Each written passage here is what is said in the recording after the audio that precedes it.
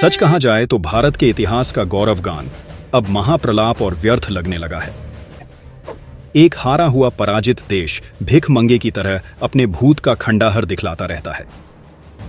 जो देश अपने उज्ज्वल धवल वर्तमान की रक्षा नहीं कर सकता, जो किसी तपस्वी राष्ट्र नायक को वर्तमान में पराजित कर उसका सारा विश्वास तोड़ डालता है, उसे घुटनों के बल लाकर गठबंधन का जुगाड़ करने को विवश कर देता है, वह इतिहास का गायन कर क्या कर लेगा। इतिहास तो गया, वर्तमान जाने वाला है, और यही हाल रहा तो भविष्य भी महाअंधकारमय हो सकता है। आप लाख बहाने बना लीजिए, लाख समीकरण खोज निकालिए, हम केवल इतना जानते हैं कि हमने उत्तर प्रदेश में सब लुटा दिया। अयोध्या, हम हार गए, इससे बड़ी विडंबना क्या हो सकती है। हम चुनाव प्रक्रिया को ध्यान से देखते हैं। अयोध्या से जिन लल्लू सिंह को आप हटाने की बात कर रहे थे, उनको हटा लेते तो उनके समाज से धमकियों का दौर शुरू हो जाता। बृजभूषण शरण सिंह का केस देख लीजिए, भाजपा ने उन्हें टिकट नहीं दिया तो डर कर बेटे को देना पड़ा, अन्यथा तलवारें निकलती।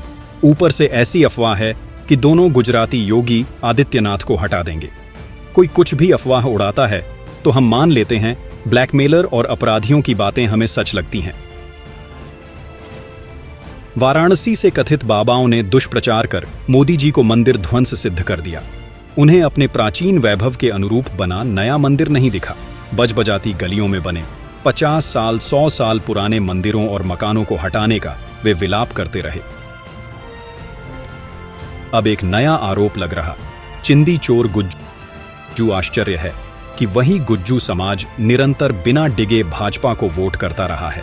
उसे कोई प्रलोभन नहीं डिगा सका, कोई खटाखट योजना उन्हें कमजोर ना कर सकी। आपने उसके सामने घुटने टेके, लेकिन चिंदी चोर की उपाधि गुजरातियों को दे दी। वाह रियाकड़! वाराणसी में राय साहब को उनके जात भाइयों ने एक तरफा वोट किया। वाराणसी और अयोध्या के लिए जो नरेंद्र मोदी ने किया, यह उसका प्रतिफल है। वाह रे भारत, वाह री महान काशी।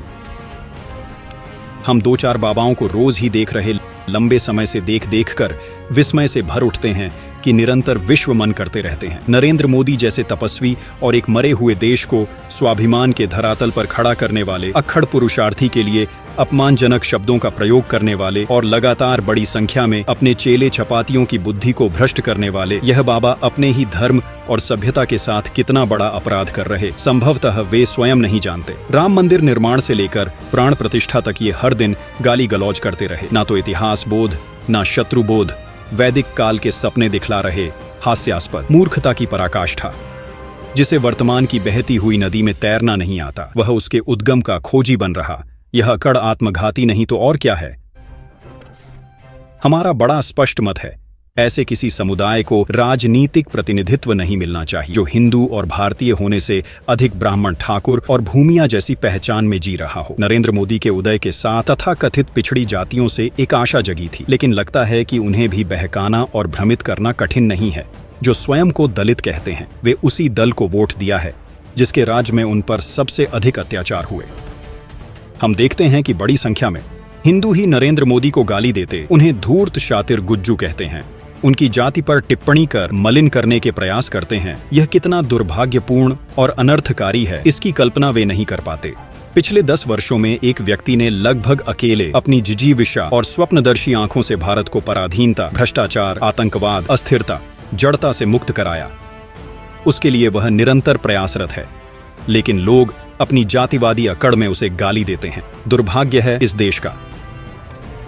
आप ओबीसी और अनुसूचित जातियों और जनजातियों को लाख गरिया दें, परंतु उन्होंने बहुत कुछ सहकर बहुत शीघ्रता से स्वयं को सनातन की मुख्य धारा से जोड़ा है।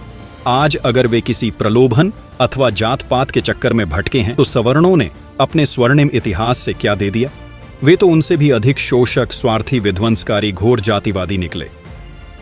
उत्तर से दक्षिण तक यही पैटर्न है। जिस अन्नामलाई ने अपना हाड़ जलाया, उसे चोल साम्राज्य के कथित वंशजों ने उसी घटिया डीएमके के आगे मलिन कर डाला। यह देश किसी नरेंद्र मोदी को डिजर्व नहीं करता, कभी नहीं। इस देश के लिए कांग्रेस और उसकी समान धर्मा पार्टियों के नेता ही ठीक हैं।